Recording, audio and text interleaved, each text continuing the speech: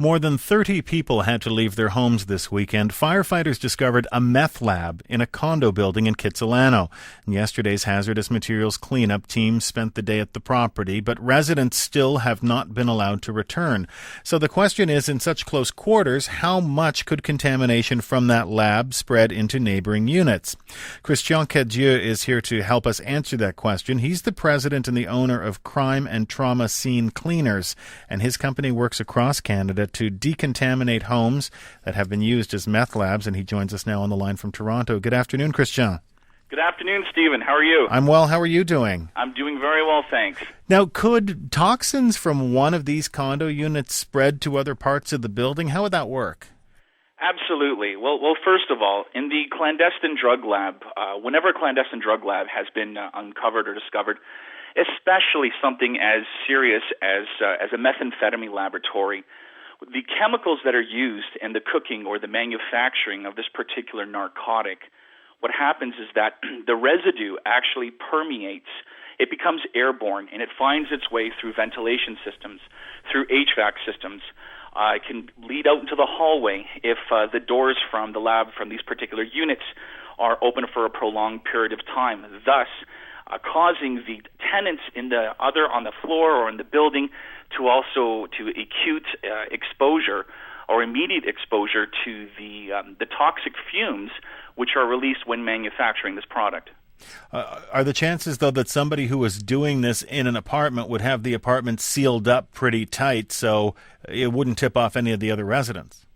Well, you certainly you like to think that in a perfect world that those individuals who are actually manufacturing this particular narcotic have taken those measures, but the likelihood is that a clandestine drug lab, for the most part, it's an element. It's a breeding ground for a contraband and an illegal narcotic. Therefore, these people certainly, of course, they're trying to protect their invested interest, but sometimes from a health and safety standpoint and from a risk to public health and safety, I don't think that's one of their top priorities.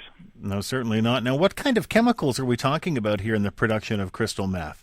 Well, you know what, Stephen, that's a very good question. And here in Canada, there are the most common form or manufacturing type of crystal meth is something which is called the red phosphorus, the red P. It's most commonly in the Pacific Northwest. And the method is used in the reduction of ephedrine and pseudoephedrine with hydriodic acid and red phosphorus. The labs have extreme, unique dangers such as phosphine gas production, acid gas generation, acutely corrosive and toxic atmospheres, flammable and explosive atmospheres, and oxygen-deficient atmospheres. The second common method, it's a very old method. It's called the Birch reduction. It's an ammonia method. It's also known as the Nazi method because it involves mercury, and it dates back to the days of the Third Reich in Germany. Essentially what it is, that particular method is speed in its true form. And unfortunately, this particular narcotic now is so up and coming, it's so up and coming here in Canada that it'll actually supersede crack cocaine in the next 2 to 5 years.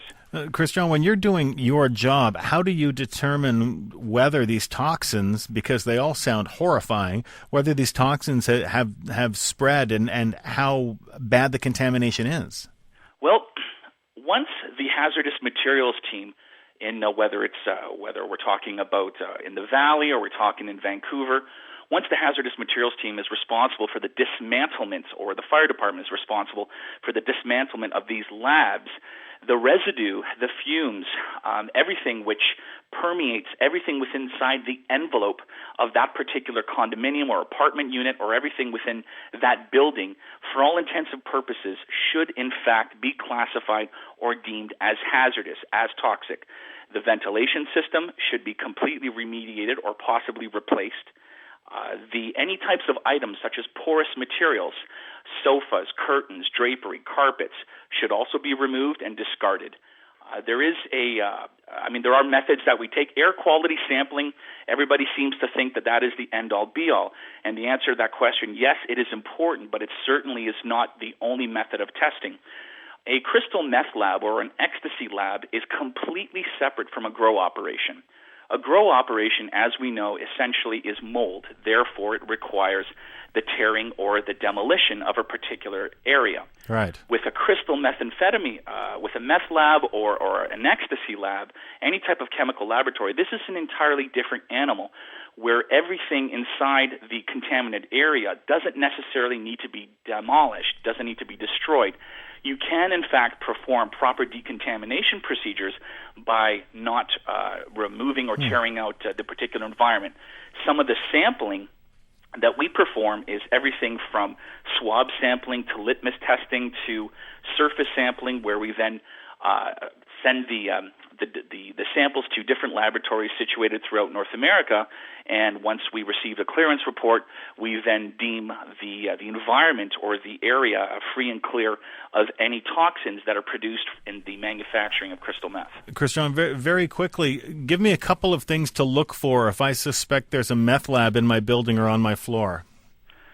Well, there's certainly different types of odors, an obnoxious odor or an offensive odor that may certainly appear to be chemical-based.